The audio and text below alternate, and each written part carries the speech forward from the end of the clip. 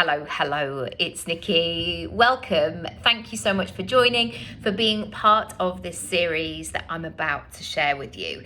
It's a 5-part series and it's going to be perfect for you if you need a bit of support to shake things up a little bit. I know that period of business, of life, when maybe things feel a bit stale, or the answers are not coming as quickly as you might want them to, or maybe the money's not coming as quickly as you would like it to, and you just are not quite sure which way to go. And you don't know if it's a mindset thing, you don't know if it's a strategy thing, you don't know if you should change your program. You just have so many questions and not enough answers. So what I want to share with you throughout this series is 20 things that you can handpick as and when you need to or want to. And these are all things that I have done throughout my life and my business, and they've really helped me. These are not ultimate solutions where, overnight everything will be different and you will become a millionaire, but they may just shake something. They may just start something. They may just connect something together. They might give you that next idea or that dose of intuition that you need. And that's what I'm here for, because actually I don't believe that there is just one formula or one hack or however these kind of clickbaity things operate. I don't believe that that is the case. What I do believe is that quite often you will have the answers and you will know what you need to do next. And you are going to have, by the end of the 5th episode, you're going to have a pick and mix, which is what I'm all about, to choose from, to handpick, to try, to experiment. There might be some where you're like, it's all right, I'm doing that already. I don't feel like I need to do anything else on that. Or you might just say, that doesn't really work for me and the way that my brain works and the way that I operate. Great, take what you need and leave the rest.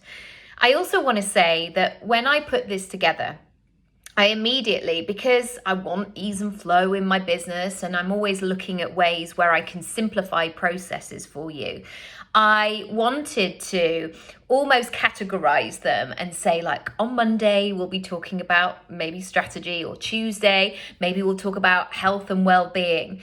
And actually, our brains don't necessarily think in that way. Certainly mine doesn't. And sometimes when I'm working through something, it's a case that I need something completely different. That's going to be the thing that will shift the change, that will make the moves. So I'm going to literally share them with you as we go through this together, and how they kind of came out of my brain and onto the piece of paper, rather onto my laptop, and just share them. And then you can take what you need and move forward. So number 1, if you are feeling stuck, if you don't know what you need to do next, I want you to spend some time not doing, but being. And being in that headspace of connecting with your future vision. I'm going to give you an analogy. There's going to be loads, I'm sure, along the way. But imagine you're sitting in traffic and you are just one of these people who are beeping on your horn, who's getting more and more frustrated.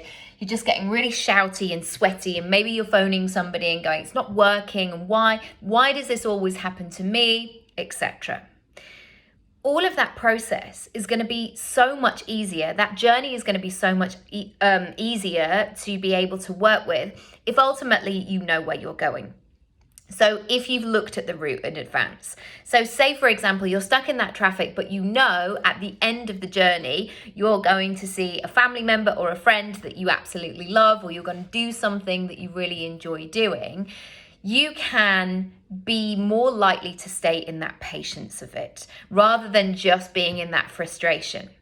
Because sometimes when we are in that stuck place, there is lots of answers and there is lots of great stuff to be had through that process.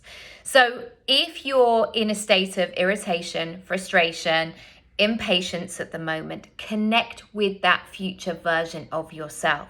Where do you want to be a year from now? What do you want to be doing? What is this all for? Connect with your purpose, connect with your why, and remember, because it's so easy not to. It's so easy just to get busy, just to be doing all of the things. So take a moment to realign, to connect with that, and then move forward from there.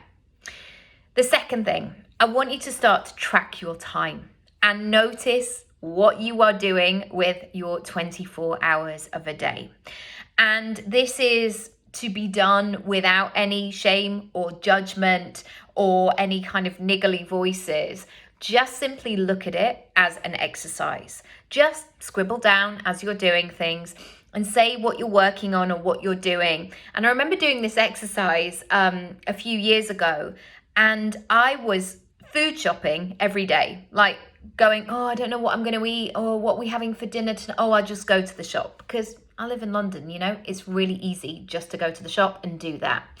But what I was doing was I was building those, I mean, this is a very kind of trivial example, but I was building up those things in my head. I was getting to the stage where it was becoming a frustration. I love to cook. I love to eat. So instead of being in that place of, oh, what have I got in, or I've got no inspiration, I decided to take that time out and just do one or maybe two, probably 2 or 3 shops a week, and then go from there. So track your time. That honestly will give you a clear idea of what is going on in your week. And once you know, you're going to be able to do lots with it.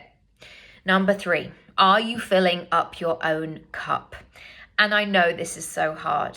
I know it is. I struggle with it myself. I've got 2 small children. I've got a business. I've got a partner. I'm a daughter. I'm a sister. I'm all of these things, a friend. And life is busy. There are a number of things that we all do just in a day to make sure everybody gets what they need or everything gets done. That list is endless. But unless you fill up your own cup with small things that make you feel good on a day-to-day basis. And I know people want to say, like, go and buy yourself something nice, or go and have a spa retreat, or book a holiday. Those things are not necessarily available to all of us as and when we need it on a daily basis. So consider what those things are of filling your own cup up. And sometimes this for me is saying to my children, once they are settled, they can both feed themselves, they can both sit at the table. Once I've made breakfast, I will often take my breakfast back to bed. And whether or not you agree with that or not, that's fine. But I will take my breakfast back to bed and I will have my first cup of tea. It will usually take about 10 minutes when my children are playing and eating and hanging out together. That time is absolutely golden for me. It's when I really feel my cup filling up because I'm drinking something really enjoyable. I don't know how healthy it is for you. And I'm eating a nutritious breakfast. I'm having time to consider and think about the day without all the chat, without all the questions, without being in that situation of doing. So it could be something very, very simple like that. I'd love to hear what comes up for you. Number 4, your environment and where you're working. And it can be so tempting to just take your laptop somewhere or work on the sofa or work in bed or just kind of do bits and bobs or never feel like you're quite switching off from that technology. So I urge you to look at your environment. And I am not somebody who's ever going to live in a white box and everything is pristine the whole time. And if I turn the camera around now, you would absolutely see that. But when I can, I consider my environment. For example, excuse me, I don't like too much stuff next to my bed because I find it really distracting. I like to be able to get my water in the night, and I'm a bit of a spiller in the night, so I don't want that all over my floor or my plug sockets or anything like that. Matt goes mad. So I'm really noticing my environment. For example, my desk is always clean, like there's nothing on it. So whenever I get half an hour perhaps to go and work, I can just set up. I've got everything that I need. I'm not hunting for things. I'm not going all over the shop. Number 5 today, before we stop, is water. Are you drinking enough water? It's so basic. It really, really is. But it's so easy not to do. It's so easy to get to about 2 o'clock, 3 o'clock in the afternoon, go, why am I really thirsty? Oh, I haven't drunk anything and I've been pounding the streets all day or doing meetings or chatting or whatever it might be.